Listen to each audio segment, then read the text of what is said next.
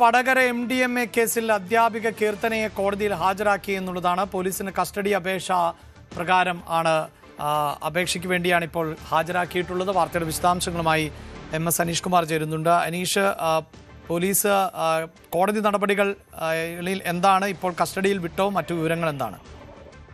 അഭിലാഷ്, കോടതി അല്പസമയത്തിനകം കസ്റ്റഡി അപേക്ഷ പരിഗണിക്കും. ആദ്യം കേസ് വിളിച്ച് മാറ്റിവെച്ചു. ഇനി വിശദമായി ഇക്കാര്യത്തിൽ വാദം കേൾക്കുമെന്നാണ് നമുക്ക് മനസ്സിലാക്കാൻ കഴിയുന്നത്.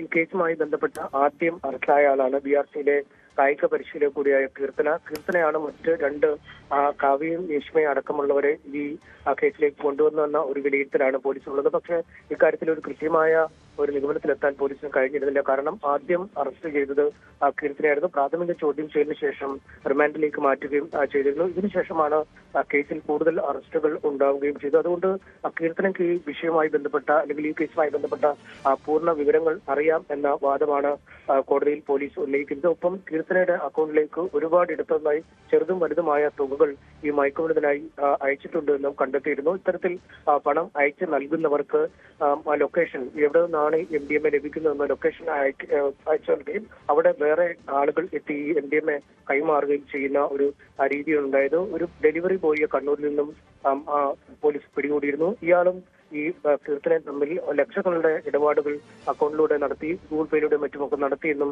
കണ്ടെത്തിയിരുന്നു. എന്തായാലും ഇതിന്റെ ഒരു അന്വേഷണത്തിന്റെ നിർണായക ഘട്ടത്തിലേക്ക് കടന്നു നിൽക്കുകയാണ്. ഇതിന്റെ ഉറവിടം എവിടെ നിന്നാണ് വരുന്നത്, എവിടെയൊക്കെയാണ് പോയത്, കുട്ടികളെ ഇതിൽ ഉൾപ്പെടുത്തിയിട്ടുണ്ടോ തുടങ്ങിയ ഒരുപാട് കാര്യങ്ങൾ പോലീസ് അന്വേഷിച്ചു വരികയാണ്. എന്തായാലും കസ്റ്റഡി അപേക്ഷ അല്പസമയത്തിനകം കോടതി പരിഗണിക്കും. അതിനുശേഷം പ്രതിയെ കസ്റ്റഡിയിൽ വിടും എന്ന പ്രതീക്ഷ തന്നെയാണ് പോലീസിന് ഉള്ളത്.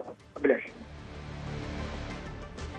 വാർത്തയുടെ വിശദാംശങ്ങൾ ആണ് ഇപ്പോൾ MS അനീഷ് കുമാർ നൽകിയത്. പ്രത്യേകിച്ച് കേരളത്തെ അമ്പരപ്പിച്ച ഒരു സംഭവം ആയിരുന്നു. അതായത് അധ്യാപകർ ഉൾപ്പെടെ ഈ ലഹരി കേസിൽ പങ്കാളിയാകുന്ന ഒരു സാഹചര്യത്തിലേക്ക് എത്തി എന്നുള്ളതാണ്. 3 അധ്യാപകർ ആണ് ഈ കേസിൽ അറസ്റ്റിലാവുകയും ചെയ്തത്.